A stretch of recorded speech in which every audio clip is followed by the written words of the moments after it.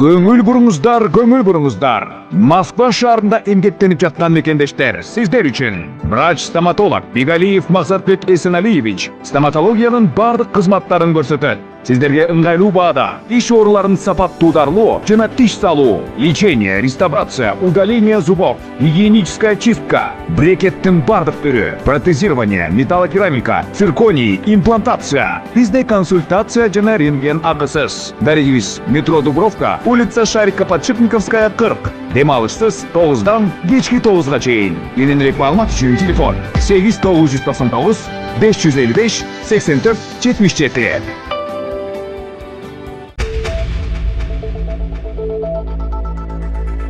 Жол эрежелерин көзөмөлдөгөн камералардан бюджетке 25 миллион сомдон ашык каражат түштү.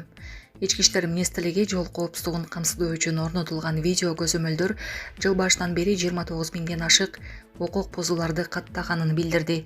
Министрлик мындан улам мамлекеттик бюджетке 25 миллион сомдон ашык каражат түшкөнүн белгилейт. Коопсуз өлкө долбоорунун алкагындагы Чүй облусунда Бишкек-Нарын Тору-Картуна жолунда 14 жаңы комплекс ишке киргизилген. Мындан тышкары Ысык Көл облусунда алдыңкы санарип технологиялар менен жабдылган 5 заманбап экологиялык мунара орнотулган. Видео көзөмөл системалары күнү-түн иштейт жана эл аралык коопсуздук стандарттарынын талаптарына жооп берет. Камералар 40 чакырымга чейинки радиустагы аймакты көзөмөлдөөнү камсыздайт. Ал эми тепловизордук сенсорлор 7 чакырымга чейинки аралыкта жылуулук объектилерди каттайт жана 5 чакырым аралыкта адамдардын жүздөрүн таанууга мүмкүндүк берет деп айтылат маалыматта. Садыр Жапаров Япония инвесторлорун Асман шаарынын курулушуна катышууга чакырды. Бүгүн өлкө башы Садыр Жапаров Токио шаарында өткөн Борбордук Азия Япония диалогунун 1-чи саммитине катышты. Бул тууралуу президенттин администрациясы кабарлады. Анда Садыр Жапаров Япония менен кызматташтыктын жогорку деңгээлин белгилөө менен Япон тараптын Кыргызстандын туруктуу өнүгүүсүнө кошкон салымын жогору баалап, инвесторлорду Асман экологиялык таза шаар долбооруна катышууга чакырган. Ошондой эле ал айрыкча Япония менен маалыматтык технологиялар жаатында кызматташууга даяр экенин билдирип, Кыргызстандын жогорку технологиялар паркы биргелешкен санариптик долбоорлорду ишке ашыруу, алдыңкы Япон технологияларын трансферлөө, инженердик жана IT кадрларын даярдоо үчүн аянтча болоорун белгилеген. Президент өз сөзүндө Япония менен кызматташуунун негизги артыкчылыктарынын бири адам ресурстарын өнүктүрүү экенин да өзгөчө белгилеп өткөн. Ал GDS программасынын жыйынтыктарын жогору баалап, анын бүтүрүүчүлөрү көп жылдар бою өлкөнүн өнүгүшүнө салым кошуп келишкенин ырастап, Япониянын алдыңкы университеттеринде биринчи кезекте маалыматтык технологиялар жана инженерия багыттары боюнча билим берүү квоталарын кеңейтүүгө кызыктар экенин билдирген. Оганстан Кыргызстан менен транзит макулдашуусун түзүүнү сунуш кылды. Оганстандын Талибан өкмөтү Кыргыз өкмөтүнө транзит боюнча макулдашуу түзүүнү сунуш кылды. Бул тууралуу Кыргызстандын транспорт жана коммуникациялар министрлиги билдирди. Мекеменин маалыматына караганда 18 декабрда Кабулда министрдин орун басары Алмаз Тургунбаев Оган транспорт жана жарандык авиация министринин орун басары Абдул Хайдар менен кезикти. Оган тарап транзит боюнча эки тараптуу макулдашуу түзүүнү сунуштады. Кыргыз тарап сунушталган макулдашуунун долбоорун белгиленген тартипте кароого даяр экенин билдирди деп айтылды мекеменин маалыматында. Жолугушууда транспорттук кызматташтыкты өнүктүрүүнүн келечеги талкууланганы. Эл аралык жүк ташууну кеңейтүү максатында Кыргызстан келерки жылга карата 1000 дана руксат бланктарын алмаштууну сунуштап, Огандар аны колдогону маалымдалды. Ошондой эле Кыргызстан Оганстандын аймак аркылуу Иран жана Пакистан багытында транзиттик ташууну өнүктүрүүгө кызыктар экенин билдирди. Жыйынтыгында эки өлкөнүн министрликтеринин алдында биргелешкен автотранспорттук комиссия түзүү тууралуу макулдашуу жетишилди.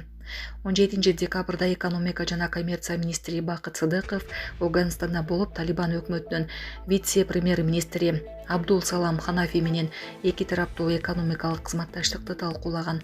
Андан бир күн мурун Оганстандын борбору Кабулда Кыргызстан соода үйү ачылган. Кыргыз бийлиги азыркы Оган өкмөтү менен кызматташууну жандантып, аларды таанып, алака түзүү сунушун эл аралык аянтчаларга да көтөрүп келатат. Быйыл августта Ауганстандын өнөр жай жана соода министринин милдетин аткаруучу Нуруддин Азизинин министрлер кабинетинин төрагасы Адылбек Касмалиев кабыл алган.